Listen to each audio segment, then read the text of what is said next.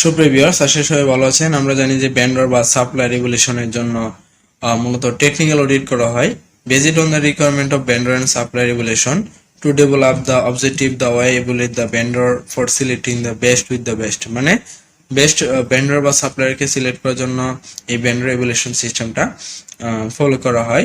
তাদের performance, quantity, delivery time, pricing, service সবকিছু, তাদের কোম্পানি পলিসি, বিজনেস স্ট্র্যাটেজি সবকিছু জানা হয় এর মাধ্যমে। তো মেইনলি এখানে কি কি দেখা হয়: the reduction of cost, quality, performance improvement, more flexibility, quicker turn time and delivery, easy access to intern expertise, তারপর adding easier and increasability to service. তো ফার্স্ট হচ্ছে প্রাইস ফ্যাক্টর। এখানে price stability, accuracy of price, competitive price, price change, notification advantage, price stability, billing এগুলো দেখা হয়। Quality ফ্যাক্টরে purchase order compliance, conformity specification, reliability, long life, তারপর after sale support, তারপর latest technology use এগুলো দেখা হয় কোয়ালিটির সময়। এবং এখানে কিন্তু আপনারা একটা চার্ট দেখতে পাচ্ছেন যে simple supply audit form, category, section, তারপর fully meet, partially meet, does not meet, critical failure, not acceptable, এভাবে কিন্তু রেটিং করা থাকে। এবং গার্মেন্টস ম্যানুফ্যাকচারিং এর যে প্রত্যেকটা যে সেকশন রয়েছে, প্রত্যেকটা সেকশনে কিন্তু এভাবে টেকনিক্যাল অডিট করে তার উপরে মার্কিং করা হয়। তারপর লাস্টে কিন্তু অডিট স্কোর দেওয়া হয় এবং ফলো আপ অডিট দেওয়া হয়।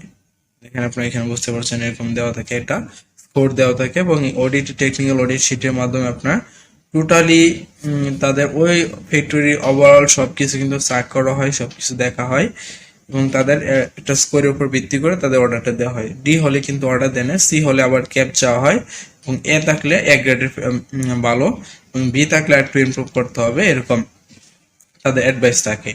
তারপর ডেলিভারি ফ্যাক্টরির মধ্যে তারা যত সময় দেয় কিনা, ফুল অর্ডার কোয়ান্টিটি তারা ফিল আপ করে কিনা, লিড টাইমের মধ্যে দিতে পারে কিনা, তার প্যাকিং অ্যাকুরেসি ঠিক আছে কিনা, ডকুমেন্টেশন ঠিক আছে কিনা।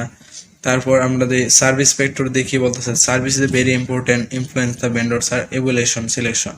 Poor service will lead to avoid the particular vendor. The vendor should always have the win-win approach toward the customer, ensure the customer get best product, low possible price, and she adopt the professional approach with more courteousness and should have ready to handle customer use complaint. তাহলে এই band regulation মেথডের মধ্যে কি কি রয়েছে? তার তিনটা approach রয়েছে। একটা হচ্ছে কি ক্যাটেগরিক্যাল সিস্টেম, একটা হচ্ছে ওয়াইড পয়েন্ট অ্যাভারেজ সিস্টেম, একটা হচ্ছে কস্ট ভিজিট সিস্টেম। তাহলে ক্যাটেগরিক্যাল যে সিস্টেমটা রয়েছে সেটার মধ্যে কি কি তার ফলো করে: the method customer or buyer select the attribute of the most appropriate ideal of the particular situation. Buyer assign the preferred unsatisfactory natural rating of each selected attribute of the vendor, and the rating sum up for the vendor. Example, rating result score plus হচ্ছে perfect, তারপর two আনস্যাটিসফ্যাক্টরি হলে 2 minus, natural হলে 0, negative হলে minus. এইভাবে তারা কি করে থাকে categories of measurement the easiest method এবং সবচেয়ে এটা সহজ মেথড এই সিস্টেমটা। তো দেখেন এখানে এটা একটা দিয়ে দিয়েছে যে গুড হলে প্লাস, ন্যাচারাল হলে 0, গুড হলে প্লাস, ন্যাচারাল 0। এভাবে কি করে ভেন্ডর এবিসি, এটা হচ্ছে যে সাপ্লাই ইভ্যালুয়েশন ইউজিং ক্যাটাগরি, এবং কোয়ালিটিতে মাইনাস, গুড মানে ডাবল প্লাস, এবং পরে কিন্তু আবার এটা টোটাল একসাথে করা হয়। The advantage of categorical system হচ্ছে কি ইজিলি ইমপ্লিমেন্টেড, সহজে ইমপ্লিমেন্ট করা যায়, and queries minimum data, different person contribution, good from limited source, low cost system. একটা ডিসঅ্যাডভান্টেজ হচ্ছে at least variable, less frequency generation evaluation, most subjective and realize memory, person judgment, এটা memory use করতে হয় person জাজমেন্টের জন্য, and usually manual. And wide point মেথডটা হচ্ছে the wide point method are consider the attribute that are wide by buyer এবং that wide are attribute the multiple performance score assigned. Finally the product sum of the dynamic final rating to supplier.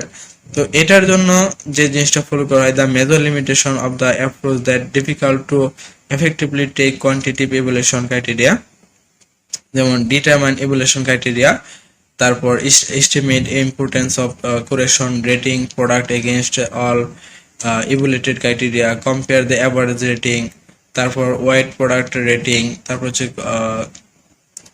Compute the total rating and compare the product rating. এটার জন্য মূলত এরকম percent use করা হয়, যেমন quality 20%, প্রাইসে তো service 20%, এরকম একটা পার্সেন্ট ইউজ করা হয়। এবং consider the example supplier XYZ, তাদের রেটিং 0 থেকে 5, এরকম একটা রেটিং চার্ট দেওয়া থাকে। দেখেন